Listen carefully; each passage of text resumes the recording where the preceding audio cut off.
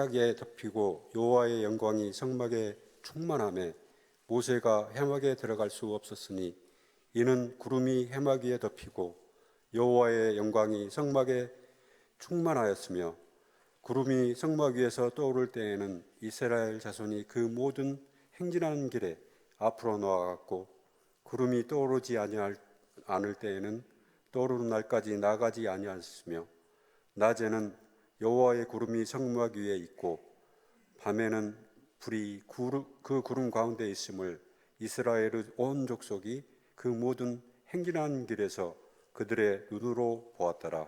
아멘. 한 성도님 가정에 신방을 갔는데 그 성도님이 매우 가슴 아픈 말씀을 하셨습니다. 이제 교회를 안 나오겠다라는 것이었습니다. TV를 통해서 전해지는 교회의 모습을 보면서 교회에 대한 깊은 회의감이 들었다라는 것입니다. 그래서 자기가 생각하는 교회의 모습이 아니기 때문에 이제 더 이상 교회에 안 나오고 싶다는 것입니다. 또 남편도 교회에 가지 말라고 강요한다라는 것입니다. 사실 그때 그 성도님에게 너무나 죄송한 마음이 들었습니다. 교회의 그러한 허물과 잘못으로 인하여서 상처 입은 그 성도님에게 너무나도 죄송하였습니다. 그러나 교회에 약속하신 하나님의 은혜와 사랑은 보지 못하고 어그러진 그 모습만 주목하는 그 성도님의 영적인 현실이 너무나도 가슴이 아팠습니다. 교회는 어떤 곳입니까? 결코 우리가 부인할 수 없는 사실은 교회는 예수님께서 피 흘려 주심으로 세워진 예수님께서 머리가 되신 공동체인 것입니다. 그렇게 누가 뭐라고 해도 교회는 이 세상에서 유일하게 예수 그리스도의 생명을 전하고 경험하는 공동체인 것입니다. 비록 교회가 세상 죄로 얼룩지고 세상 비난으로 상처투성이가 되었다 할지라도 교회는 여전히 예수 그리스도의 십자가의 진리를 선포하는 하나님께서 사랑하시는 공동체인 것입니다. 오늘 본문 말씀은 하나님께서 이러한 교회를 얼마나 사랑하시는지 이 사실에 대해서 보여주는 말씀이라고 할 수 있습니다. 하나님께서 이스라엘 백성들을 출애굽하여서 광야로 인도하셔서 가나안을 향하여서 행진하게 하셨습니다. 이런 광야에서 이스라엘 백성들을 사도행전 7장 38절을 보시면 스데반 집사님께서 광야 교회라고 지칭하였습니다. 즉 광야에서 하나님의 백성들인 이스라엘 공동체는 거대한 하나님의 교회였다라는 것입니다. 이러한 광야 교회는 예수 그리스도를 예표하는 유월절 어린 양의 피로 구원받아서 약속의 땅을 향해서 가는 그러한 공동체였습니다. 그럼 오늘날 우리 신약교회는 예수 그리스도의 피로 죄사함 받고 구원받은 영적 이스라엘 공동체인 것입니다. 하나님께서 모세에게 성막을 지으라고 명하셨습니다. 바로 오늘 본문이 이 성막이 완성된 후에 하나님께서 보여주신 특별한 사건입니다. 우리 함께 34절 말씀을 같이 읽습니다. 34절 구름이 회막에 덮이고 여호와의 영광이 성막에 충만하매 아멘. 구름이 성막에 충만하였다. 하나님께서는 성막에 온 이스라엘 백성들이 보아서 알 수 있도록 하나님의 영광으로 가득하게 임재하셨습니다. 하나님께서 성막에 자기 백성들 중에 함께 하시려고 임재하신 특별한 사건이었다라는 것입니다. 이 사건은 이스라엘에게 있어서 매우 중요한 아주 최고의 축복이라고 할 수가 있습니다.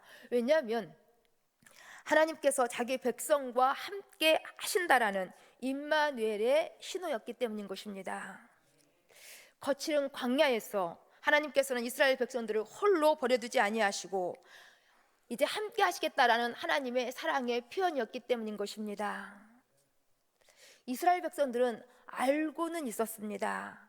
하나님께서 세상을 창조하시고 역사를 주관하시고 자신들을 애굽의 종살이에서 구원해 내시고 또 이 광야 속에서 날마당 만나를 내려주심으로 인하여서 생명의 하나님이 되신다라는 이 사실을 이들은 알고는 있었습니다.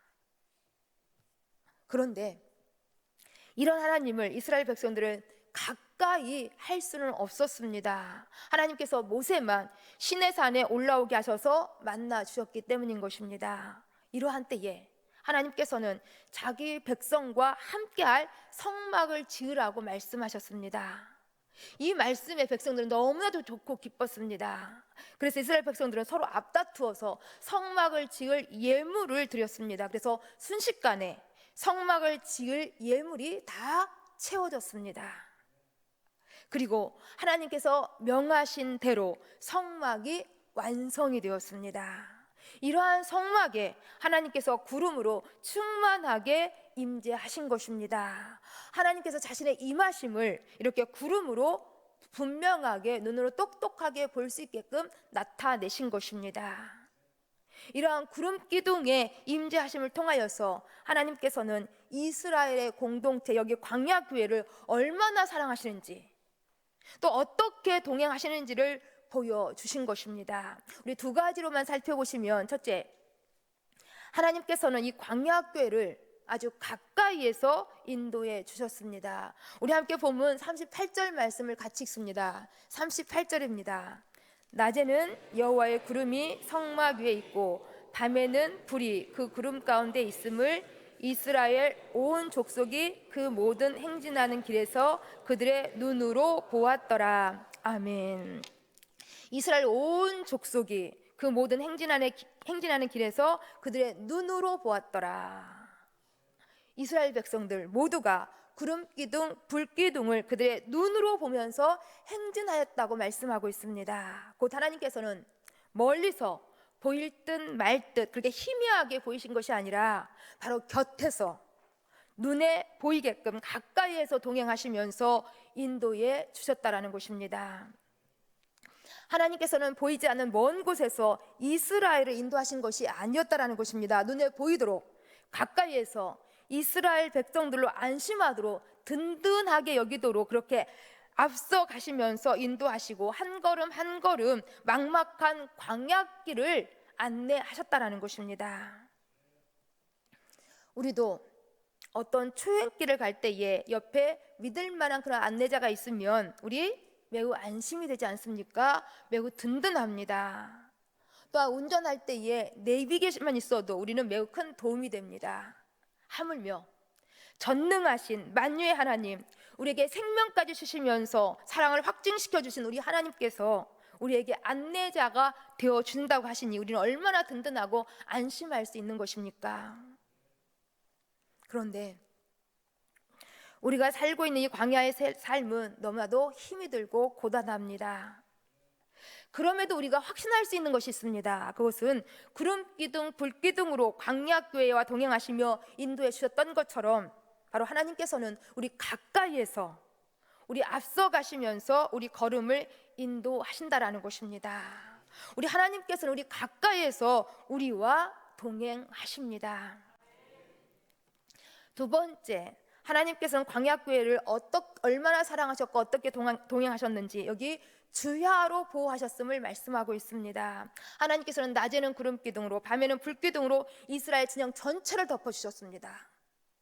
곧 낮 50도 가까이 되는 그 뜨거운 광야의 태양열을 구름기둥으로 차단시켜서 시원하게 해주셨습니다. 더 나아가서 밤에는 불기둥으로 덮어주셔서 광야의 그 추위로부터 이스라엘 전체를 보호해 주셨습니다. 또 출애굽기 14장에 가시면 홍해 앞에 서 있는 이스라엘 백성들 앞에서 예굽 군대가 추격해 왔습니다. 이스라엘 백성들은 앞뒤가 꽉꽉 막혀서 무서워서 벌벌 떨고 있었습니다. 그때 하나님께서는 앞서가던 구름 기둥을 뒤로 이동하셔서 애굽 군대의 추격을 막아주셨습니다.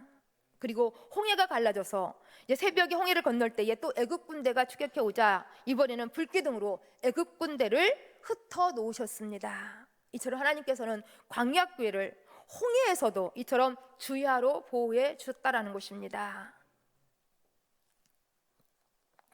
여기 이렇게 특별한 하나님의 사랑을 입은 이스라엘 공동체 광야교회였음을 우리는 볼 수가 있습니다. 그런데 그럼에도 불구하고 여기 이들 앞에도 이렇게 거친 비바람이 있었고 파도가 있었고 눈보라가 휘몰아쳤습니다. 온몸을 따갑게 하는 그 더위와 같은 고난, 찌르는 한파 같은 고난이 있었습니다. 더 나아가서 자기들 힘으로는 도저히 감당할 수 없는 애국 군대 같은 그러한 대적들도 있었습니다.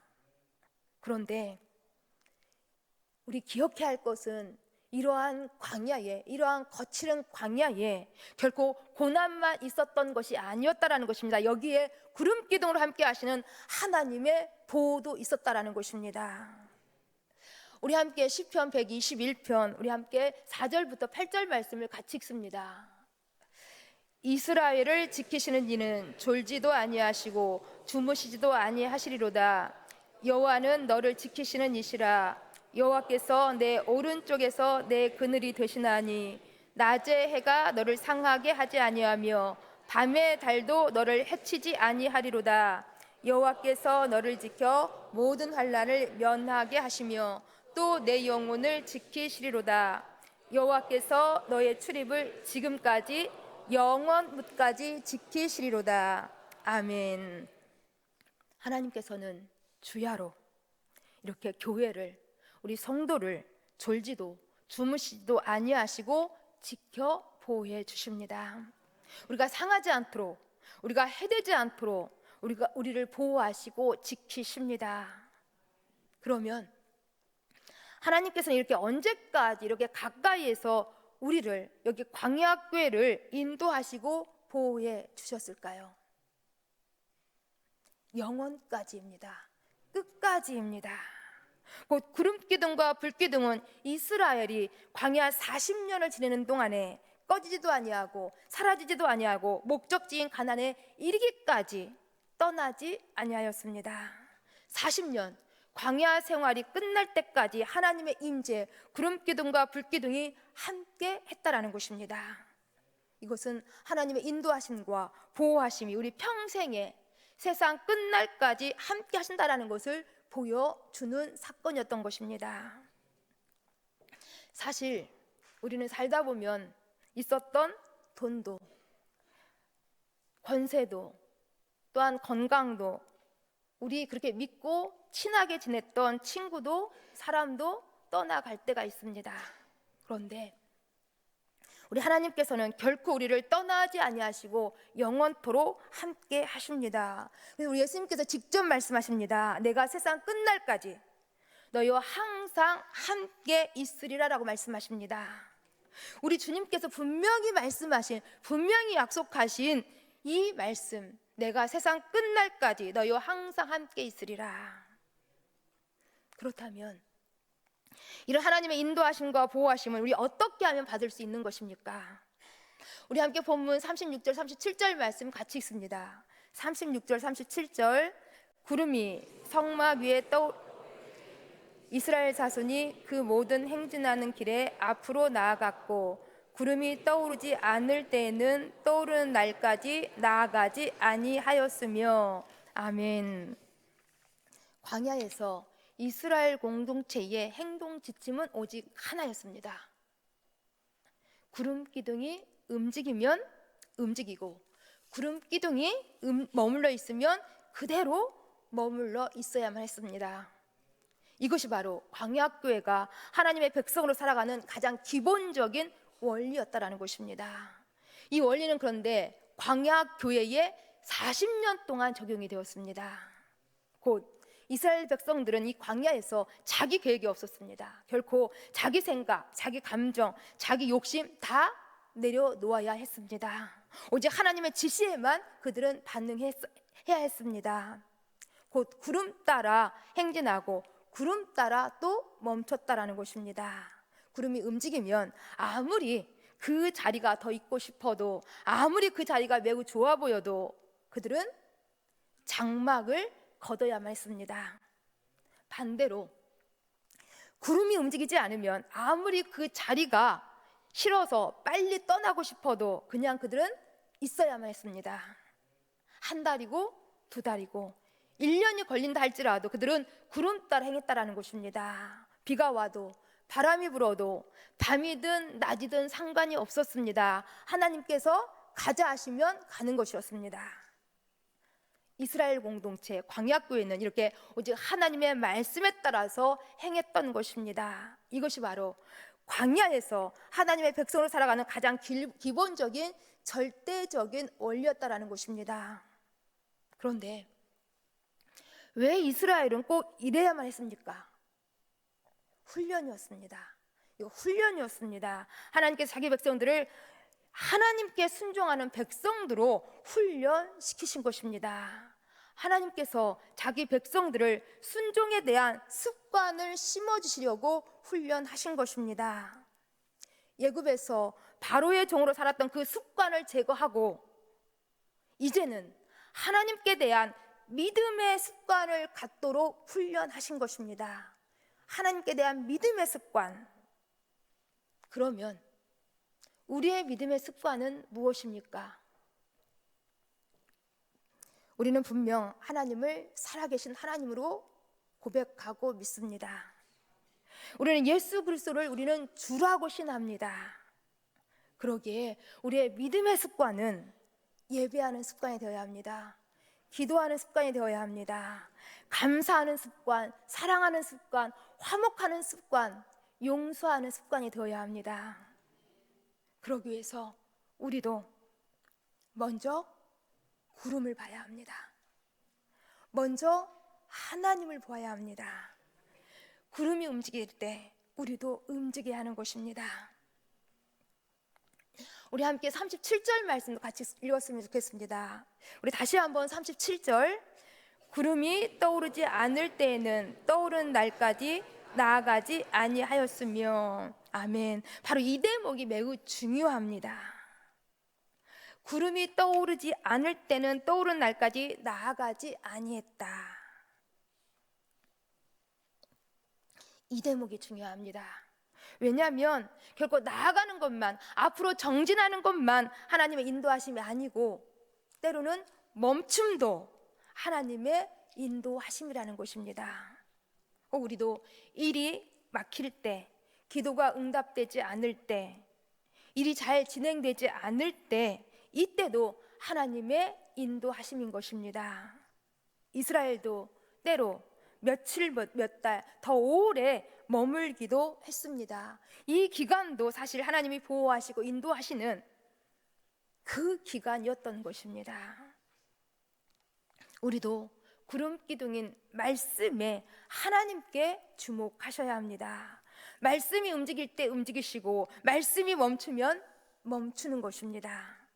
우리의 욕심과 생각이 아닌 말씀 따라 우리가 살아야 한다라는 것입니다. 그래야 우리도 하나님의 인도와 보호하심이 우리 눈에 보이는 것입니다. 말씀을 정리합니다. 오늘 말씀의 핵심은 하나님께서 이스라엘 백성들 광야교회와 함께 하시기 위해서 그들 중에 장막을 치시고 임재하셨다는 것입니다. 그럼 우리는 여기서 소망할 것입니다. 우리에게도 우리 눈으로 보이게 하나님의 구름이 직접 나타나 주셨으면 얼마나 좋을까. 눈에 보이는 구름으로 나타나지 않는다 할지라도 우리가 느낄 정도로, 마음으로 느낄 정도로 하나님께 임재해 주시면 얼마나 좋을까. 우리 이렇게 생각하시는 분도 계실 수 있습니다. 그러나 다시 한번 생각해 보실 수 있길 바랍니다. 예수님께서 자기 백성들과 함께 하시기 위하여서 육신의 몸을 입으시고 우리 가운데 오셔서 우리의 죄 문제를 해결하시기 위하여서 십자가를 지셨습니다. 그리고 그 십자가 가운데서 부활하셨습니다. 그리고 지금 우리 신약의 모든 교회와 성령으로 함께 하시면서 동행하고 계십니다. 결국 하나님께서는 우리를 고아처럼 혼자 버려두지 아니하시고 성령으로 동행하신다라는 것입니다. 물론 성령으로 동행받는 우리들 가운데도 마라의 쓴물이 있고 힘든 가뭄과 거친 비바람이 있습니다. 아말렉 같은 대적의 공격이 있습니다. 그러나 우리는 이러한 광야의 도전을 통하여서 깨어지고 부서지고 그러면서도 더 낮아지고 겸손하게 만들어지는 것입니다. 우리 모든 육신의 때가 벗겨지고 서서히 성결한 삶으로 우리 만들어져 나간다라는 것입니다. 그리고 이러한 영적인 훈련을 통하여서 우리는 더 똑똑하게 하나님의 구름의 임재 속에서 살게 되는 것입니다. 간절히 소망합니다.